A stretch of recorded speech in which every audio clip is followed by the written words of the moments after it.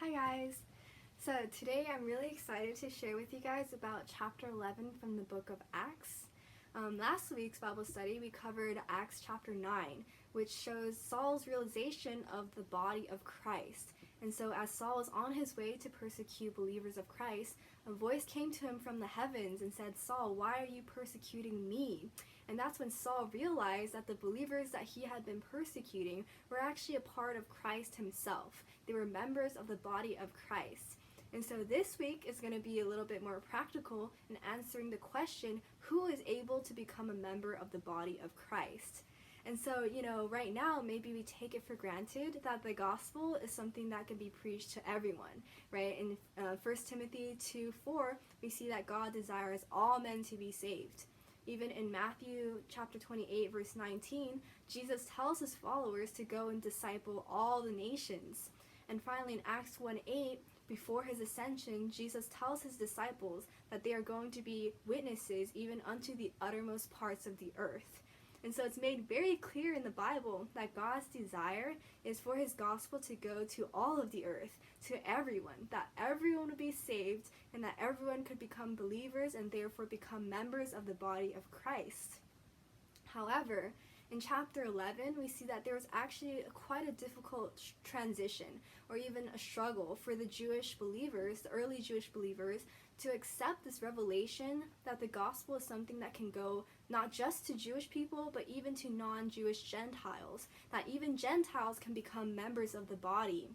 And so you might think, well, the Lord makes it very obvious in his word. He says very directly, disciple all of the nations, not just the Jewish nations, but in order to understand this resistance that exists in this chapter, we need to go a little bit further into the Jewish history. And so we see that the Jewish people in the Old Testament, they were God's chosen race. They were God's called race. And so they received the law from God through Moses. They were circumcised. They kept the Sabbath. And so there are all of these ordinances and laws that they kept religiously from the time of the Old Testament all the way until this time in Acts. And so according to those traditions, the Gentiles were considered unclean. So much so that even in this chapter we'll see the brothers in Jerusalem, they go to confront Peter, even to dispute with Peter, to ask him, why did you go and eat with Gentiles? And so even this act of just eating or just associating with Gentiles was something that was heavily looked down upon in this Jewish culture. And so the idea that this gospel, which is something that was so dear to them, was something that could be given to the Gentiles was so shocking or even concept breaking for many of the Jewish believers. And this struggle is evident even in Peter himself, right? And so in this chapter, we'll see that Peter's presented with this vision. And so he sees this giant sheet and it's covered with all these animals, and a voice tells him to eat these animals. And Peter, he's always been a little bit more of a stubborn disciple. He says very adamantly, "No, I will not eat," because these animals are considered unclean. And so what the Lord was asking him to do was something that was against Peter's concepts, against his upbringing, against his preferences, against his understanding, against his traditions.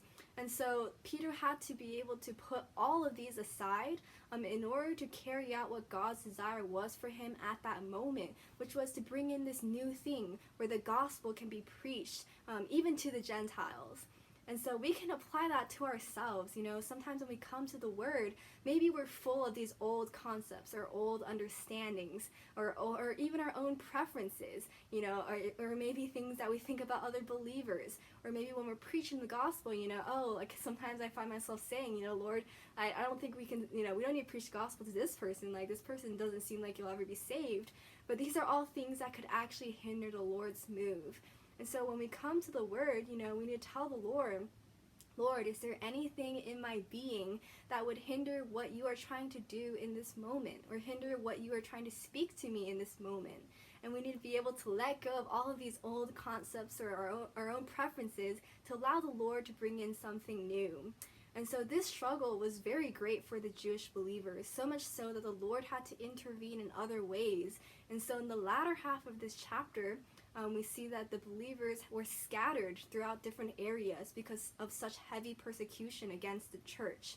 And so outwardly, that might seem like a pretty negative situation. The believers were all in different areas. that actually the Lord was able to use that situation even as a way to force his gospel to go out, not just among the Jewish believers, but even to Gentile believers. And that's what we see happening towards the end of this chapter. And so the Lord was able to gain his desire through a seemingly outward negative situation.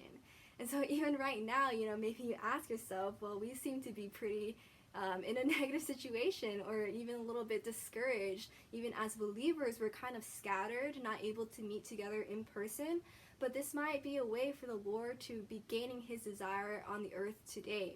And so, maybe we can come to the Lord and ask him, Lord, I want to put aside my own understanding of what's happening to the world right now, my own preferences, my own concepts, and just to ask the Lord, what are you trying to do right now, and how can I be a part of that? And so I just really want us to take away a few points from this chapter. The first is that the gospel was able to reach us, even Gentile believers, through God's arrangement and through God being able to gain a few people who were able to cooperate with his desire. And secondly, that the Lord is able to use any situation to move on the earth, to propagate his gospel and his churches, and to gain this body of Christ. And so maybe just not be discouraged, but to be encouraged by this chapter, that the Lord is still moving, and may we be those who are able to cooperate with his moving.